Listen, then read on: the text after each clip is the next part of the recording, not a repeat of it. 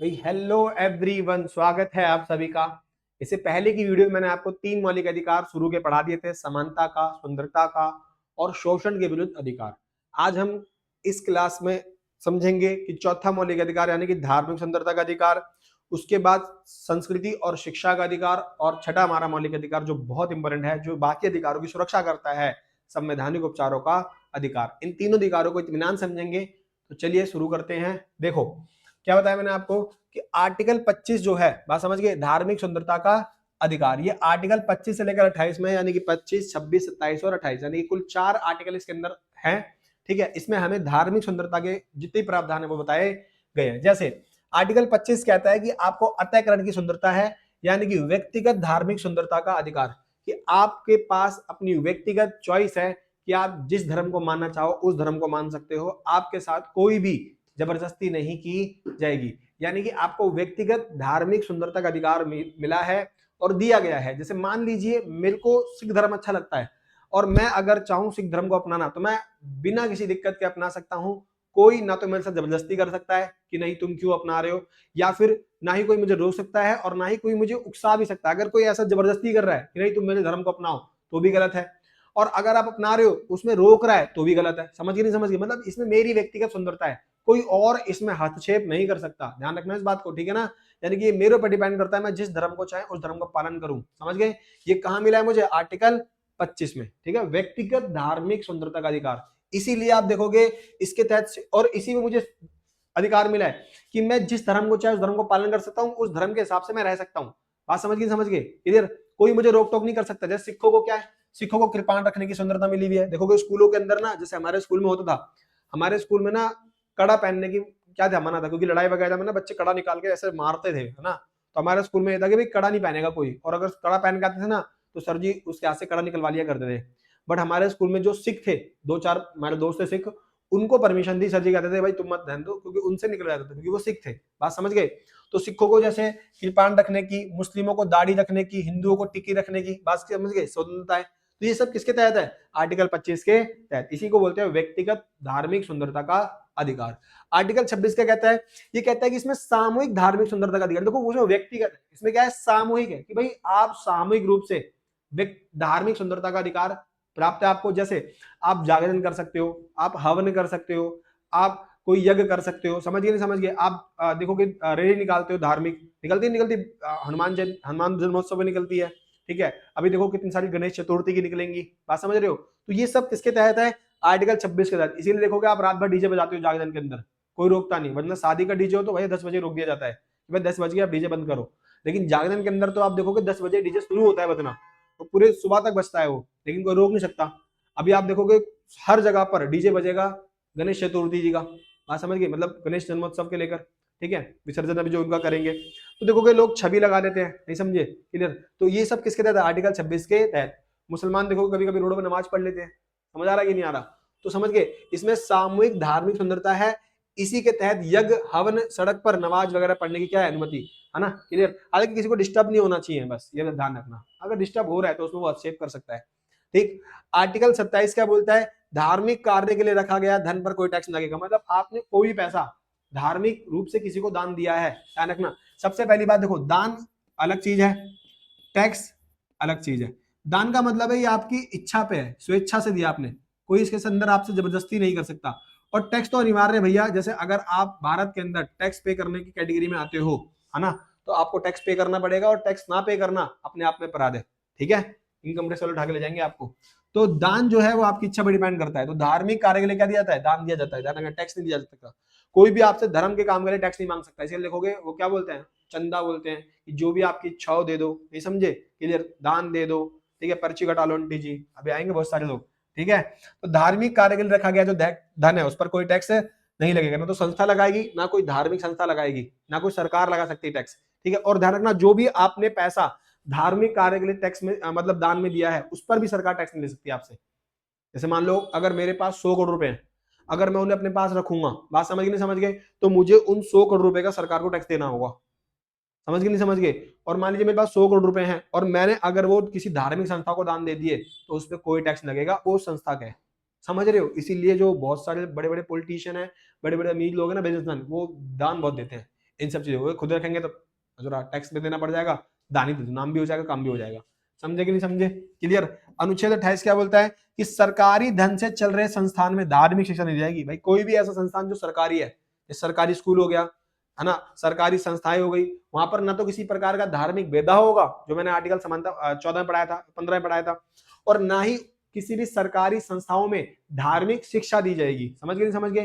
किसी भी धर्म के बारे में ना तो विशेषता बताई जाएगी, ना उसकी आलोचना की जाएगी। धार्मिक शिक्षा किसी भी शिक्षा संस्थाओं में बैन है। समझ गए? लेकिन ध्यान रखना, हाँ सब्जेक्ट है, जैसे मान लीजिए महाभारत पढ़ाया जाता है 12वीं क्लास में, चैप्टर है महाभारत का, नहीं समझे? 11वीं क्लास के अंदर तो आपके हिस्ट्री के अंदर चैप्टर 4 है इस्लाम धर्म, तो वो आप देखोगे ना कि उस धर्म की शिक्षा नहीं दे रहे, उस धर्म का इतिहास बता रहे हैं, वो सिलेबस का हिस्सा है। ध्यान रखना, कई बच्चे लगता है कई बच्चों को कि भैया अभी आपने पढ़ाया कि धर्म की शिक्षा नहीं दी जाएगी, लेकिन फिर वो पढ़ा कैसे रहे? समझ गए नहीं समझ गए? इस्लाम धर्म के बारे में, हिंदू धर्म के बारे में, सिख धर्म के बारे में, भाई वो हिस्ट्री है, वो सिलेबस है, नहीं समझे? है ना, वो एक घटना है। तो आर्टिकल 28 समझ में आ गया। अब देखो उसके बाद हमारा जो 5वां मौलिक अधिकार है वो कौन सा आपका? 5वां मौलिक अधिकार है संस्कृति एवं शिक्षा का अधिकार। समझ गए? क्लियर। देखो संस्कृति का मतलब होता है कल्चर, कि आप जिस व्यवहार को अपना रहे हो, जैसे आप रह रहे हो, जो आपका खान पान है, जो आपका रहन सहन है, जो आपकी भाषा है, जो आपका आप कह सकते हो ना एक परंपराएं हैं, वो आपकी संस्कृति कहलाती है। समझ गए नहीं समझ गए? क्लियर। हर धर्म की अपनी संस्कृति है ना। तो इसमें आर्टिकल 29 में कहा गया है कि नागरिकों को अपनी विशेष भाषा, भाई मान लो कि मुस्लिम लोग हैं, उनकी उर्दू भाषा उनकी संस्कृति है, उनका अपना खान पान है, उनका अपना पहनावा है। हिंदू धर्म का अपना भाषा है, अपना पहनावा है, अपना खान पान है, अपनी संस्कृति है। सेम वैसे आप देखोगे सिख धर्म का अपना खान पान है, अपना पहनावा है, अपनी संस्कृति है। तो हर धर्म को अपनी संस्कृति, अपना पहनावा, अपना खान पान को मानने की स्वतंत्रता है, अधिकार है, वो उसे प्रमोट कर सकते हैं। बात समझ गए नहीं समझ गए? वो अपनी संस्कृति को फैला सकते हैं, वो अपनी संस्कृति को ग्रहण कर सकते हैं, वो अपनी संस्कृति को अपना सकते हैं। समझ गए? और चाहे तो वो अपनी संस्कृति को लोगों तक फैलाने के लिए, बात समझ गए नहीं समझ गए, न्यूज चैनल पे आके बोल सकते हैं, है ना। देखोगे हो सकता है ऐसा भी कर सकते हैं कि वो कोई शिक्षा संस्था की स्थापना कर दे, जैसे मदरसे चल रहे हैं हमारे जैसे बहुत सारे, है ना, वहां से वो लोगों को उसको क्या दे, जानकारी दे। लेकिन ध्यान रखना वो सही बताएंगे तो ठीक है, गलत नहीं होना चाहिए बस वो, ठीक है, कहीं वहां से गलत चीज बताई जा रही हो, है ना। तो भाषा, लिपि या संस्कृति को बनाए रखने का क्या आपको पूरा पूरा अधिकार है। समझ गए? आपके ऊपर डिपेंड करता है ये, ठीक। और आर्टिकल 30 क्या बोलता है कि भाषा तथा धार्मिक अल्पसंख्यकों को शिक्षा संस्थानों की स्थापना करने का अधिकार। अच्छा बताओ, अल्पसंख्यक का और यहाँ पर एक वर्ड है बहुसंख्यक। देखो यहाँ पर एक वर्ड है बहुसंख्यक, बहुसंख्यक को मतलब बोलते हैं इंग्लिश में मेजोरिटी, और एक ही वर्ड है यहाँ पर अल्पसंख्यक। क्या है?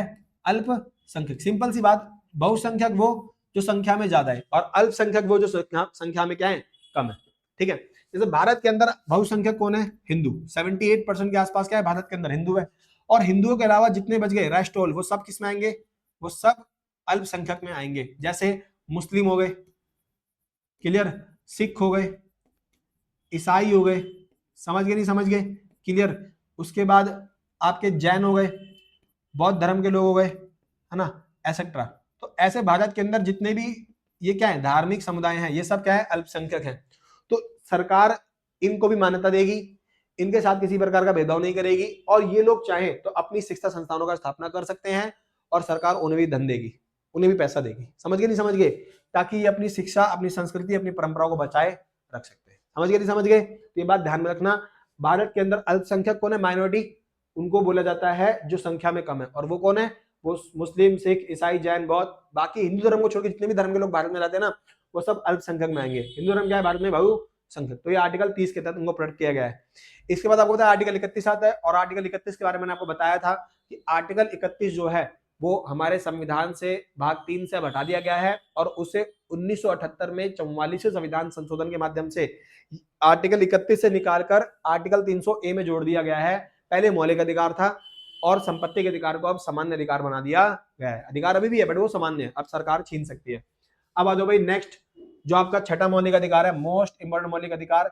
ये ऐसा मौलिक अधिकार है जो आपके अधिकारों को अधिकार बनाता है। समझ गए? इसीलिए भीमराव अम्बेडकर जी ने कहा था कि छठा मौलिक अधिकार जो है वो संवैधानिक उपचारों का अधिकार, वो अधिकारों की आत्मा है, संविधान की आत्मा है। बात समझ गए नहीं समझ गए? इस अधिकारों का अधिकार भी कहते हैं, ठीक है, क्योंकि यही अधिकार है जो आपके ऊपर के 5 मौलिक अधिकारों को जब भी हनन होगा बचाएगा। समझ गए? अगर ये मौलिक अधिकार ना होना तो आप अपने अधिकारों की गारंटी नहीं कर सकते, उनकी सुरक्षा नहीं कर सकते। समझ रहे हो? क्लियर। देखो जो संवैधानिक उपचारों का अधिकार है मैं आपको समझा देता हूं। पहले सबसे पहले क्या था, देखो इधर समझाता हूं। संवैधानिक उपचारों का जो अधिकार है, ये ध्यान रखना, ये मिले किसको हैं? तो संवैधानिक उपचारों का अधिकार मिले हैं सुप्रीम कोर्ट को और हाई कोर्ट को। ये जो पावर है ये मिली किसको? हाई कोर्ट को। और किसके लिए मिली है? ये यूज किसके लिए करते हैं? जनता के लिए। समझ गए? मतलब इनका उद्देश्य जनता के अधिकारों को बचाना है। जो छठा मौलिक अधिकार है इनका यूज कौन करता है? सुप्रीम कोर्ट और हाई कोर्ट। समझ गए? किसके लिए यूज करता है? जनता के लिए, ताकि जनता के अधिकारों को बचाया जा सके। तो बताओ इसीलिए आपके अधिकारों का रक्षक कौन है? मैं अगर क्वेश्चन पूछूं कि आपके अधिकारों का रक्षक कौन है, तो आप बोलोगे कि भैया हमारे अधिकारों का रक्षक कौन है, जो हमारे अधिकार अगर छीने गए तो बचाएगा। तो ध्यान रखना वो है कोर्ट। कौन है? कोर्ट। क्योंकि आपके अधिकार छीनने पर आप कहां जाओगे? कोर्ट जाओगे। और अगर मैं एक क्वेश्चन और पूछूं, यहीं पर लिख दूं मैं, संविधान का रक्षक कौन है? कि भैया अगर संविधान में कोई दिक्कत हो गई, सरकार ने संविधान के अंदर छेड़खानी करना शुरू कर दी, आपका अधिकार छीनना शुरू कर दिए, तो कौन बचाएगा आपको? तो ध्यान रखना, तो बचाएगा आपको कोर्ट ही। समझ रहे हो? क्लियर है? तो यही बात, क्योंकि देखो आपको मैंने जब ध्यान से आप देखते वीडियो, तो मैंने आपको पहले पार्ट में बात बताई होगी कि हमारे पास जो फंडामेंटल राइट है यानी कि मौलिक अधिकार है, क्या है जो हमारे पास मौलिक अधिकार, मैंने बताया होगा ना आपको कि जो हमारे मौलिक अधिकार है, अगर आप उन मौलिक अधिकारों को देखोगे तो वो कहां से कहां तक लिखे हुए हैं? 12 से 35 में लिखे हुए। अब आपने एक चीज नोटिस करी होगी कि हमारे 12 से 35 में मौलिक अधिकार लिखे हुए हैं, बट हमारा पहला मौलिक अधिकार तो भैया 14 में शुरू हुआ और 18 में खत्म हो गया। दूसरा मौलिक अधिकार 19 में शुरू हुआ और 22 में खत्म हो गया। और तीसरा मौलिक अधिकार 23 में शुरू हुआ और 24 में खत्म हो गया। वो 25 में शुरू हुआ, फिर 28 में खत्म हो गया, और एक 29 से 30 में था। और फिर उसके बाद भैया 31 वाला है नहीं और 32 है सीधा। तो हमारे कितने मौलिक अधिकार मैंने पढ़ाया था आपको? मैंने पढ़ाया था हमारे पास पहला मौलिक अधिकार है समानता का, दूसरा सुंदरता का, तीसरा संवैधानिक शोषण का, चौथा धार्मिक सुंदरता का, पांचवा शिक्षा संस्कृति का, छठा संवैधानिक का। अब बताओ 14 से 32 में तो मौलिक अधिकार एग्जैक्टली लिखे हुए हैं। तो अगर मैं पूछूं कि हमारे मौलिक अधिकार एग्जैक्टली किसमें लिखे हुए हैं, तो आप बोलोगे कि भैया हमारे जो मौलिक अधिकार है, क्या है जो हमारे मौलिक अधिकार, वो दो कंडीशन में। जैसे मौलिक अधिकार दो कंडीशन में कैसे भैया? देखो, सबसे पहला कि जो हमारे मौलिक अधिकार है, वास्तविक मौलिक अधिकार, जहां पर एक्चुअली हमारे मौलिक अधिकार लिखे हैं, तो उनका जो आर्टिकल है वो है आर्टिकल 14 से 32। तो ध्यान रखना, हमारे वास्तविक एक्चुअली में जो मौलिक अधिकार है वो कहां लिखे हैं? 14 से 32 में लिखे हुए। तो भैया 12 से 35 जो है, इसमें 12 और 13 कहां गया? 33, 34, 35 कहां गया? समझना ध्यान से। तो जो 12 है आर्टिकल 12, आर्टिकल 13, आर्टिकल 33, आर्टिकल 34 और आर्टिकल 35, इनमें क्या है? इनमें प्रावधान है। क्या? इनमें प्रावधान मतलब होता है कि इनमें मौलिक अधिकारों के लिए कुछ कंडीशंस बताई गई हैं। जैसे आर्टिकल 12 के अंदर राज्य की डेफिनेशन दी गई है कि चाहे सेंट्रल गवर्नमेंट हो, चाहे स्टेट गवर्नमेंट हो, चाहे लोकल गवर्नमेंट हो, या कोई भी राज्य जिसके पास अपनी पावर है, वो मौलिक अधिकार कभी नहीं छीन सकता। समझ गए? उसे मौलिक अधिकारों को फॉलो करना पड़ेगा, और इस भाग 3 में बताई गई सारी बातों को मानना पड़ेगा, वो बाध्यकारी है। आर्टिकल 13 के अंदर क्या बोला गया है कि सरकार या कोई भी राज्य या संस्था, चाहे वो राज्य हो, चाहे वो सेंट्रल गवर्नमेंट हो, चाहे वो लोकल गवर्नमेंट हो, कोई भी ऐसा कानून नहीं बनाएगी जिससे जनता के मौलिक अधिकारों को नुकसान हो जाए। यदि सरकार ने ऐसा कानून बना दिया जिससे किसी भी मौलिक अधिकार को नुकसान हो रहा है, तो वो कानून को जीरो मान लिया जाएगा, वो रद्द हो जाएगा। और वो रद्द कौन करेगा? Supreme court. इसीलिए मैंने कहा था ना, अधिकारों का रक्षक किसे कहते हैं? सुप्रीम कोर्ट को। वो आर्टिकल 13 का यूज करके, अल्पीकरण बोलते हैं इसको, ठीक है, क्या कह देगा कि सरकार द्वारा बनाए गए कानून से इस मौलिक अधिकार को नुकसान हो रहा है, अतः मैं इस कानून को रद्द करता हूं। समझ गए? वो से जीरो कर देगा कौन? Supreme court. ये ध्यान रखना इस बात को, ठीक है, क्लियर? तो आर्टिकल 13 क्या बोलता है कि सरकार कोई भी ऐसा कानून नहीं बना सकती जिसे जनता के मौलिक अधिकारों को क्या हो? नुकसान हो, चाहे किसी एक को, चाहे सबको। समझ गए? यानी कि सरकार भी आपके अधिकारों के दायरे में रहकर काम करेगी, आर्टिकल 13 कहता है। 33 में कहा गया है जितनी भी रॉ है, खुफिया एजेंसी है, या फिर हमारे सरकारी कर्मचारी हैं, उनके अधिकारों को इसमें थोड़ा सा छीन लिया जाता है। ध्यान रखना, आर्टिकल 33 में जैसे मान लीजिए आप पहले रॉ में काम करते थे, जैसे मान लीजिए आप सरकारी कहीं किसी डिपार्टमेंट में काम करते हो और उस डिपार्टमेंट की आपको अच्छी खासी नॉलेज है कि भैया अच्छा यहाँ ऐसे ऐसे काम होता है, तो उसमें ना जब आप उस डिपार्टमेंट को छोड़ोगे या आप जब डिपार्टमेंट ज्वाइन करोगे तो आपको शपथ दिलाई जाती है कि भैया हो सकता है आपके साथ हम कुछ अधिकार छीन ले और आपको सारे अधिकार ना दे। समझ गए? नहीं समझ गए? जैसे आपको परमिशन नहीं होगी कि आप किसी को बता पाओ कुछ।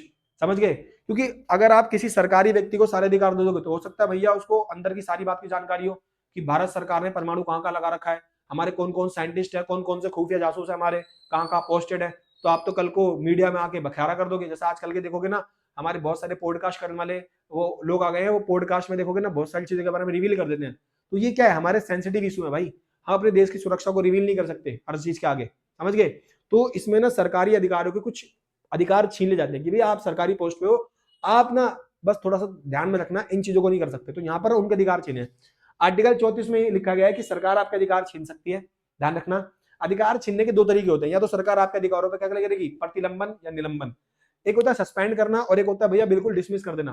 देखो कभी कभी कंडीशन ऐसी होती है कि सरकार को लगता है कि आपके कुछ समय के लिए अधिकार छीन लेना जरूरी है, जैसे लॉकडाउन के अंदर ऐसा हुआ, सरकार को लगा कि यार इस टाइम पर अगर हम इनको सारे अधिकार देंगे, घूमने फिरने का अधिकार देंगे, नहीं समझे, तो यार ये लोग घूमेंगे फिरेंगे, टच होंगे एक दूसरे के और कोरोना फैलेगा। तो सरकार ने देखोगे लॉकडाउन लगाकर आपका उस टाइम पर अधिकार छीन लिया, आर्टिकल 34 से छीना था, समझ आया क्लियर, की सरकार छीन सकती है 20 और 21 को छोड़ के बस, तो समझ गए। तो इसमें बताया गया कि सरकार आवश्यकता पड़ने पर आपके अधिकारों पर रोक लगा सकती है, उसे बोलते हैं प्रतिलंबन, समझ गए, विलंबन, समझ गए, सस्पेंड कर सकती है कभी कुछ टाइम के लिए। कभी कभी देखोगे कहीं दंगा वंगा हो जाता है तो सरकार वहां पर कर्फ्यू लगा देती है, तो इसमें सरकार ने क्या करा, आर्टिकल 34 का यूज करके वहां पर कुछ समय के लिए क्या कर दिया, आपके अधिकारों को सस्पेंड कर देती है, ठीक है, लेकिन हमेशा नहीं ध्यान रखना, क्लियर है।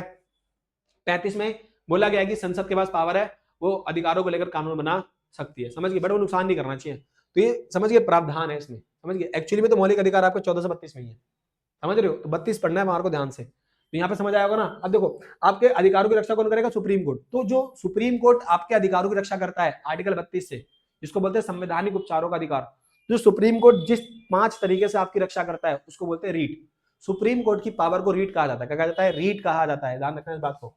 सुप्रीम कोर्ट की पावर को कहते हैं, रीट कहते हैं। बात समझ गए नहीं समझ गए, क्लियर। जो रीट है वो कितनी होती है, ध्यान रखना, रीट 5 होती है, कितनी होती है, 5। ये सुप्रीम कोर्ट जारी कर, ध्यान रखना, रीट कौन जारी करता है, ध्यान रखना, रीट जारी करने की पावर दो ही लोगों के पास है, एक सुप्रीम कोर्ट के पास है और एक हाई कोर्ट के पास है। सुप्रीम कोर्ट जारी करता है आर्टिकल 32 से और हाई कोर्ट जारी करता है आर्टिकल 126 से, ध्यान रखना इस बात को, क्लियर। तो अगर मैं क्वेश्चन पूछूं रीट कौन कौन जारी कर सकता है, तो ध्यान रखना रीट दो लोग जारी कर सकते हैं, एक सुप्रीम कोर्ट और एक high court. Supreme court article 32 से, हाई कोर्ट आर्टिकल 126 से, और दोनों की रीट सेम ही है, समझ रहे हो समझ रहे हो, अपने से नीचे वाले पे जाएगी है। देखो अभी 5 रीट क्या है, सबसे पहले रीट है बंदी प्रत्यक्षीकरण। इसका मतलब होता है, बंदी प्रत्यक्षीकरण का मतलब होता है सह शरीर उपस्थित करना, क्या बोलते हैं इसको, सह शरीर उपस्थित, पढ़ भी रखा है आपने, करना। इसका मतलब क्या है, देखो जब भी कोई पुलिस वाला व्यक्ति जो भी कोई पुलिस वाले हैं, वो किसी भी व्यक्ति को जब भी गिरफ्तार किया जाएगा, क्या कहते हैं, किसी व्यक्ति को गिरफ्तार किया जाएगा, तो गिरफ्तार करने के बाद 24 घंटे के अंदर, किसके अंदर, 24 घंटे के अंदर उस व्यक्ति को मजिस्ट्रेट के आगे क्या करना होगा, पेश करना होगा, समझ गए नहीं समझ गए, ध्यान रखना, क्या करना होगा, उसको अपने नियर बाय मजिस्ट्रेट या कोर्ट के अंदर पेश करना होता है जिस व्यक्ति को गिरफ्तार किया गया है।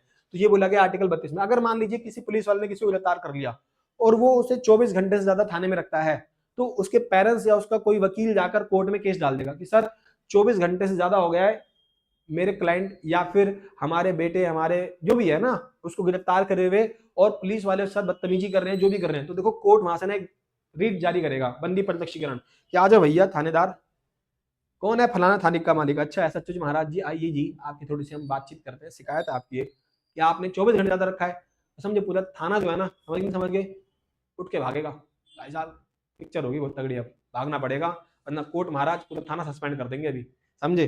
और जिसकी गलती पाई जाएगी ना, सब लाइन हाजिर हो जाएंगे 1 मिनट के अंदर, इतनी पावर है कोर्ट की, समझ आया। बंदी प्रत्यक्षीकरण, हालत खराब है थाने की, फिर तो कोर्ट सीधा अपने पास बुला लेगा, आजा बेटा फील्डिंग सेटअप, ठीक है। तो इसको बोलते हैं बंदी प्रत्यक्षीकरण, ध्यान रखना 24 घंटे के अंदर मजिस्ट्रेट के आगे पेश करना होता है, इसमें आने जाने का टाइम काउंट नहीं होगा, छुट्टी का टाइम काउंट नहीं होगा, ठीक है ना, क्लियर।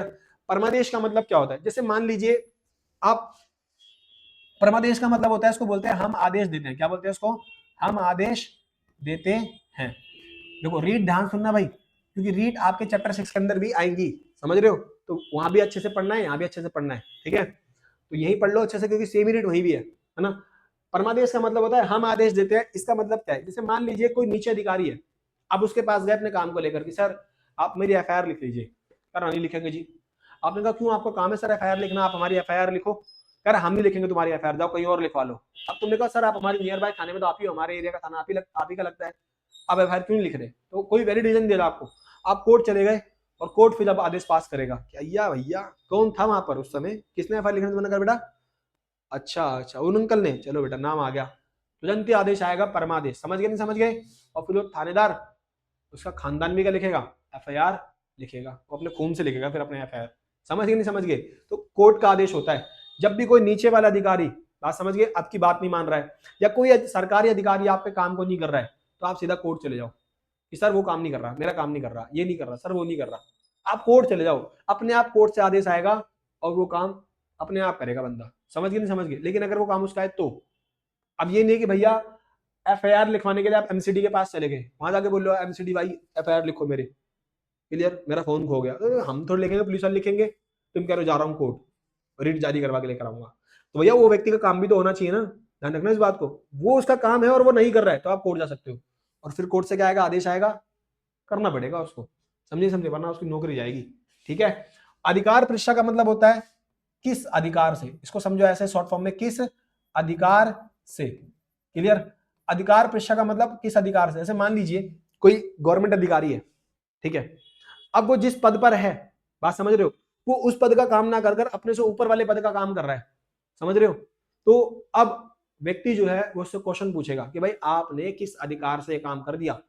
जैसे मान लीजिए पुलिस का काम है आपको गिरफ्तार करना, आपको कोर्ट ले जाना, अब जज का काम है क्या सुनाना, सजा सुनाना। भाई जज का काम सजा सुनाना ना, आपको गिरफ्तार किया पुलिस ने, और गिरफ्तार करके पुलिस ने कहा कि ठीक है आपके ऊपर 5,000 का जुर्माना लगेगा, लाओ 5,000 पीछे गले में डालो, 5,000 गले में डाल के चलो घर भाग जाओ।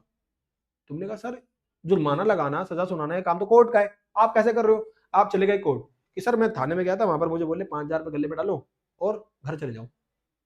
कोर्ट बुलाएगा, आओ भाई साहब किस अधिकार से आप जुर्माना लगा रहे थे, कहाँ है आपके पास पावर, नहीं कहाँ दी गई है मुझे दिखाओ जरा। ऐसा जी पकड़ जाएंगे घूस लेते हुए, समझ आया कि नहीं आया, क्लियर है। तो जब कोई अधिकारी जो उसका काम नहीं है वो काम करने लग जाए, समझ रहे हो, तो आप उसके खिलाफ क्या कर सकते हो, समझ आया कि नहीं आया, कोर्ट में जाकर केस दाखिल कर सकते हो कि सर उसका अधिकार नहीं था फिर वो काम कर रहा है, समझ गए। तो हर किसी को अपना अधिकार पता होना चाहिए कि ये मेरा काम है मुझे करना है, और नहीं करूंगा तो फिर बंदे के पास पावर है, वो जाएगा कोर्ट, फिर मुझे काम करना पड़ेगा। और जो मेरा काम है मैं वो नहीं करके किसी और का काम कर रहा हूँ, तो मुझसे कोर्ट पूछेगा भाई किस अधिकार से आपने काम किया, जो आपका काम था ही नहीं, ये तो पावर थी नहीं आपकी। तो हर व्यक्ति अपनी पावर में रहकर काम करता है, समझ गए समझ गए, सबको अपनी पावर पता होती है। निषेध आदेश का मतलब क्या होता है, ध्यान रखना, ये किसके लिए है, ये दोनों आर्टिकल जो है ना, ये वाले दोनों, ये मतलब दोनों काम, ये तो नीचे वाले कोर्ट के लिए। निषेध आदेश का मतलब देखो सिंपल सा है, जब सुप्रीम कोर्ट है और एक हाई कोर्ट है, ध्यान रखना, सुप्रीम कोर्ट नीचे कौन है, हाई कोर्ट, हाई कोर्ट के नीचे कौन है, डिस्ट्रिक्ट कोर्ट, उसके नीचे सिविल कोर्ट होता है। देखो मान लीजिए डिस्ट्रिक्ट कोर्ट जो है उसने कोई फैसला सुनाया कि भैया फलाने व्यक्ति को सजा दी जाती है फांसी की, वो हाई कोर्ट में गया। अब हाई कोर्ट में जब उसका केस चला तो हाई कोर्ट ने कहा कि हम नीचे वाली अदालत के फैसले को बदलते हैं, निषेध आदेश मना करते हैं उसके फैसले को, और इसको जो है बाइज्जत बरी करते हैं। तो क्या करेंगे, वो निषेध आदेश कर देंगे, समझ गए। या फिर उसके खिलाफ फिर आप सुप्रीम कोर्ट में जा सकते हो। तो जब भी कोई निचला कोर्ट, नीची अदालत के ऊपरी अदालत, जो नीची अदालत है उसके ऊपर की जो अदालत है, वो अपने से नीचे वाली अदालत के जब फैसले को मना कर देती है, उसी को बोलते हैं निषेध आदेश, मना कर दिया कि भाई हम जो है आपके फैसले को नहीं मानते, हम इस फैसले को बदलते हैं। ध्यान रखना, नीचे वाली अदालत के फैसले को उसके ऊपर वाली अदालत बदल सकती है, उसके ऊपर वाले फैसले को उसके ऊपर वाली अदालत बदल सकती है, लेकिन फिर कोई नहीं बदल सकता। जैसे डिस्ट्रिक्ट कोर्ट के फैसले को हाई कोर्ट बदल सकता है, और हाई कोर्ट के फैसले को सुप्रीम कोर्ट बदल सकता है, सुप्रीम कोर्ट का फैसला सुप्रीम है इसीलिए वो सुप्रीम कोर्ट है, उसको बदलना होगा तो राष्ट्रपति आएगा, अदरवाइज नहीं बदल सकता कोई, समझ गए, क्लियर।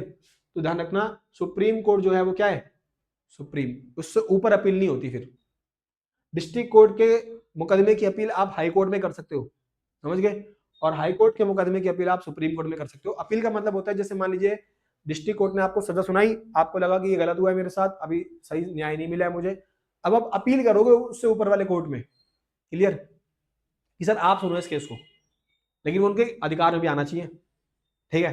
फिर आप हाई कोर्ट तक चले जाओगे, फिर सुप्रीम कोर्ट चले जाओगे, समझ गए। उत्प्रेषण का मतलब क्या होता है, उत्प्रेषण में पता क्या होता है, जैसे मान लीजिए सुप्रीम कोर्ट है, हाई कोर्ट है और डिस्ट्रिक्ट कोर्ट है, कोई ऐसी पावर जो डिस्ट्रिक्ट कोर्ट के पास नहीं है। जैसे मान लीजिए ऐसा काम, जैसे मान लीजिए जब सेंटर और सेंटर की लड़ाई होती है, स्टेट और स्टेट की लड़ाई होती है, जैसे राष्ट्रपति का चुनाव है, मान लीजिए राष्ट्रपति के चुनाव में कोई गड़बड़ी हो गई, उपराष्ट्रपति के चुनाव में कोई गड़बड़ी हो गई, तो ये सीधा मामला कहां चलेगा, सुप्रीम कोर्ट में। लेकिन ये मामला हाई कोर्ट सुन रहा है कि हाँ राष्ट्रपति के इलेक्शन में कोई दिक्कत हुई है, चलो भाई लाओ मुकदमा दाखिल कर दे, सुनते हैं इसके बारे में क्या क्या प्रावधान था। सुप्रीम कोर्ट पूछेगा भाई साहब एक बात बताओ, ये तुम्हारा काम था या नहीं था, तुम मेरा काम कैसे कर रहे हो, क्योंकि ये मुकदमा तो मेरे पास आना चाहिए था, ये तो मैं ही करूंगा। ऐसे में सुप्रीम कोर्ट क्या जारी करेगा? उत्प्रेषण। अगर डिस्ट्रिक्ट कोर्ट कर रहा है और वो मामला हाई कोर्ट का था तो हाई कोर्ट क्या करेगा? उत्प्रेषण जारी करेगा अपने तो नीचे वाली कोर्ट पे, बेटा मेरे पास भेज दे, तेरा मामला नहीं है, तेरे बस की नहीं, मेरा काम है, मैं देखूंगा उसको। तो उत्प्रेषण समझ आया क्या होता है? क्लियर है? उत्प्रेषण का मतलब होता है जब कोई निचली अदालत अपने से बाहर अपने कह सकते हो ना कानून से बाहर निकलकर, अपने पावर से बाहर, कार्य से बाहर निकलकर कार्य करती है, तो उसके खिलाफ ऊपर वाली कोर्ट उत्प्रेषण जारी करती है। अब समझ में आ गया होगा आपको रीट क्या है। बेसिकली देखो समझ गया ना, रीट पांचों रीट क्या बोला? बंदी प्रत्यक्षीकरण 24 घंटे के अंदर पेश करो।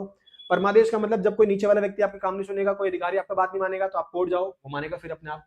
अधिकार प्रतिष्ठा मतलब होता है जब कोई अधिकारी जो उसका काम नहीं है वो काम कर दे तो आप कोर्ट जाओगे, कोर्ट उससे पूछेगा किस अधिकार से आपने किया। निषेध आदेश और उत्प्रेषण या आप दोनों के लिए नहीं है, लेकिन ये कोर्ट के लिए ध्यान रखना, रीट में ही आता है। निषेध आदेश का मतलब होता है जब कोई केस सुन लिया गया है, उसका फैसला आ गया है, नीचे वाली अदालत ने उसका फैसला दे दिया, ऊपर वाला कोर्ट उसको चेंज कर देता है, मना कर देता है। उत्प्रेषण का मतलब होता है ऐसी पावर जो नीचे वाले कोर्ट ने यूज करी जबकि वो उसकी नहीं थी, तो ऊपर वाला कोर्ट पूछता है भाई किस किस मकसद से कर रहा है तू, ये तेरा काम था या मेरा काम था, ये समझ गए? तो इसी को बोलते हैं रीट। आई होप आपको ये 6 मौलिक अधिकार समझ आए होंगे। ठीक है, मैंने आपको पहला, दूसरा, तीसरा, चौथा, पांचवा, छठा 6 मौलिक अधिकार पढ़ा दिए। अब हम नेक्स्ट पार्ट जो उसका लास्ट पार्ट होगा चैप्टर का, उसमें हम समझेंगे राज्य के नीति निर्देशक तत्वों को, डीपीएसपी भाग 4 को। एक ही वीडियो में वो पार्ट खत्म कर दूंगा। हालांकि देखो डीपीएसपी जो है ना उसमें आपसे डीप तो नहीं पूछता है, हाँ, बट मैं आपको डीपीएसपी में एक बार सबको गो थ्रू करवा दूंगा यहाँ पे डीपीएसपी क्या है। ठीक है, आप पूछता तो नहीं है डीपीएसपी आपसे, मतलब बिल्कुल वैसे करके डीपली, बट मैं एक बार दिखा दूंगा आपको कि हाँ इसमें ये लिखा हुआ है। समझ गए? तो आज के लिए इतना ही रखते हैं। जय हिंद।